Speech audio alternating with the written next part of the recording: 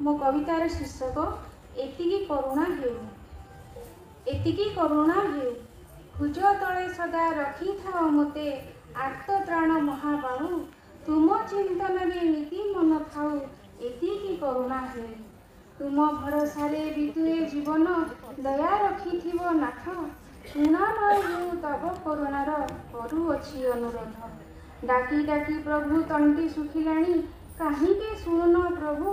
निराश मनीष हताश हेलाणी केते दुख आउ देबु।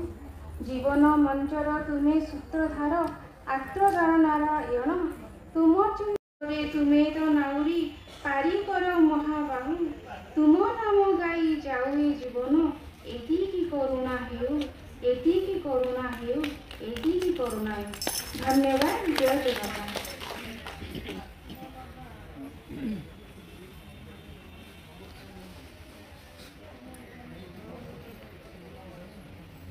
परवर्ती कवयित्री